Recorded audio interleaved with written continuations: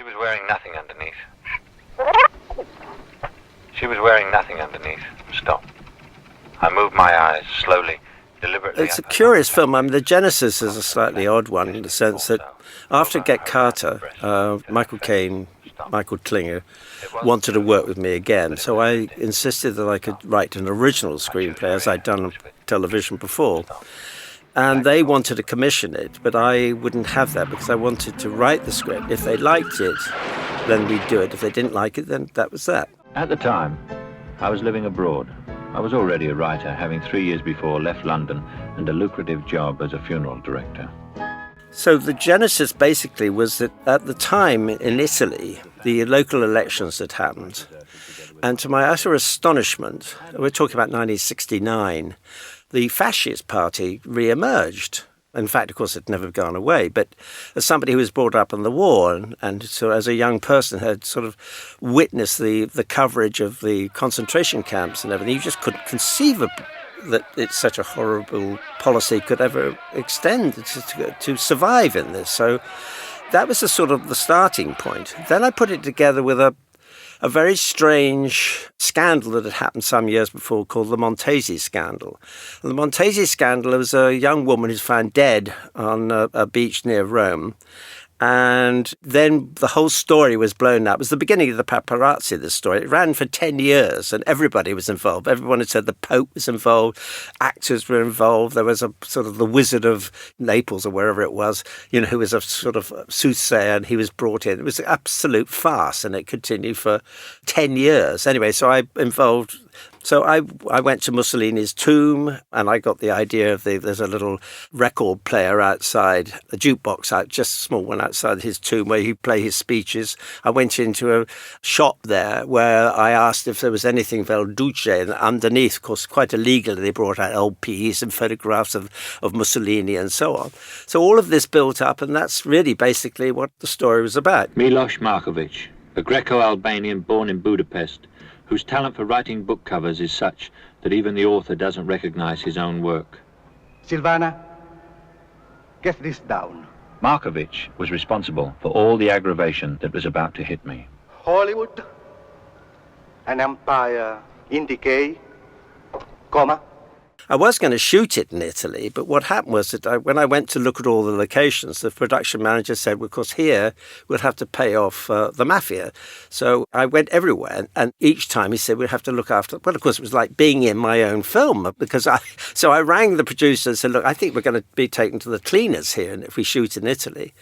So I said, I know Malta very well, why don't we shoot there? So he very bravely, in my opinion, because it was only like 4 weeks before we were starting shooting, he said, OK, let's shoot in Malta. So then you chose an interesting cast for this, and I understand that originally Mickey Rooney wasn't cemented to be in the, semi-lead, I suppose, supporting character.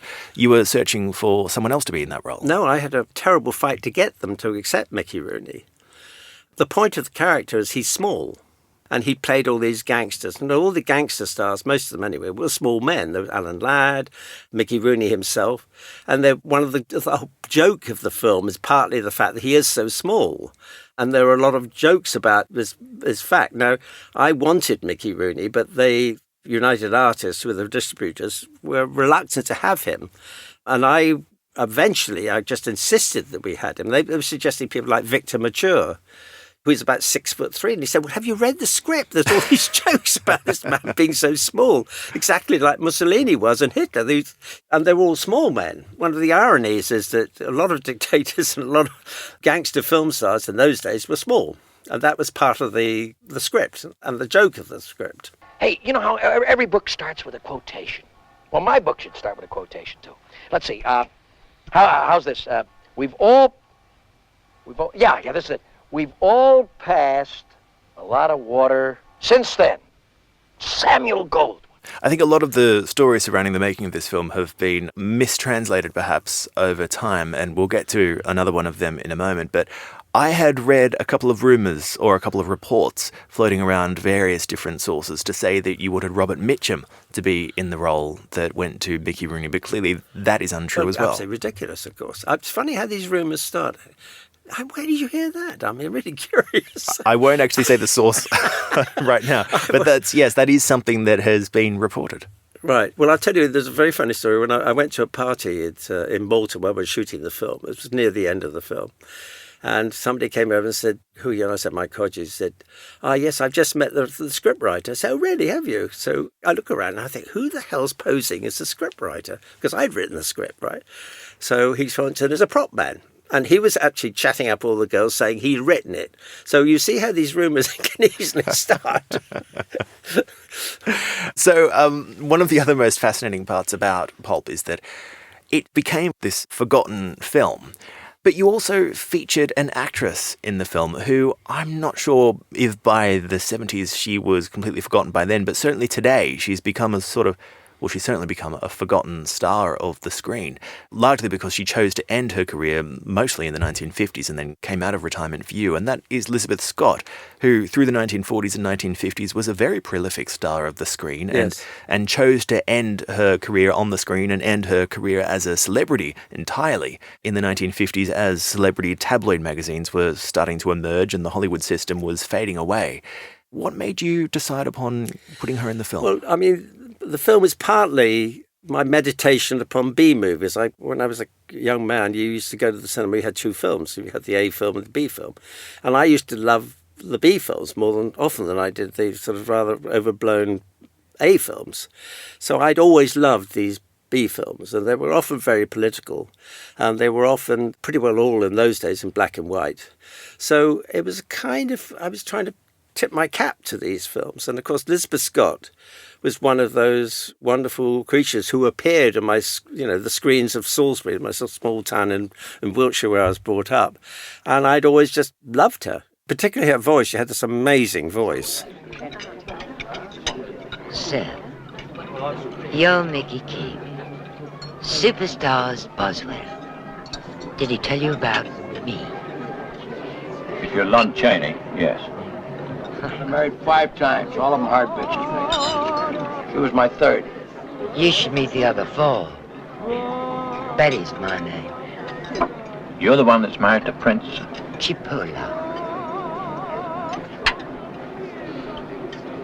You know, you're my very first princess. Am I?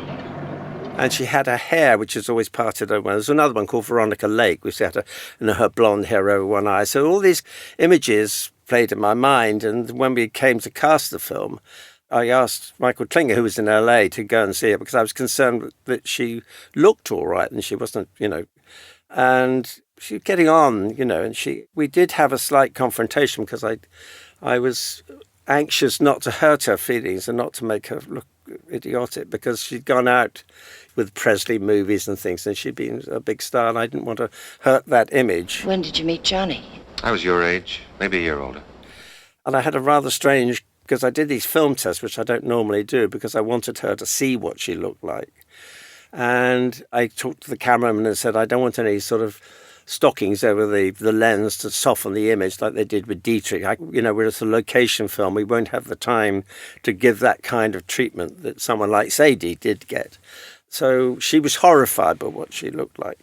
And she flew to Rome because I was, by that time, doing the costumes and things like that. So, and I had this amazing sort of meeting with her in our hotel room where she sat down in front of me and said, right, tell me, Mike, what is it that's wrong with me? And I said, well, it's nothing to do with me. I want you to be happy to know what you'll look like. I said, for example, you've got a vein up in your forehead, which is pulsing. I can see it. I can't turn you into something that you are no longer. So you can imagine it was a very touching and very sensitive thing for me to have to go through. And at the end of it, she said, I want to do it. So I said, if you want to do it, then I would love to have you. So we went together and we worked together and we had a really good relationship, I must say. She was very nervous, of course, but she was fantastic and wonderful to work with. One of the other, I suppose you could call them rumours that's been floating around regarding Pulp was that when you were putting Lizabeth Scott on the screen, she was quite nervous, as you've stated, but nervous to the point where you had to cut a lot of her scenes. And I understand that's completely untrue. Absolutely untrue. No, absolutely. Really, she's just terrific all the way through. We we didn't order spaghetti. You didn't order spaghetti? No! Oh, madam, I'm so sorry. You didn't order spaghetti. Oh, sir, excuse me. I'm so sorry. You don't like my spaghetti, sir? You don't like my father? I have nothing to do with your father. But you have something to do with my spaghetti. You don't buy... Oh, excuse me. I'm sorry. I am so sorry, madam. You said... Excuse me. We've had enough of this. Everybody's had enough of it. The boss, he's going to take me to the cleaners. What do you think he's going to do to me? I'm in plenty big trouble. I'm in trouble up to here. Would you like a banana?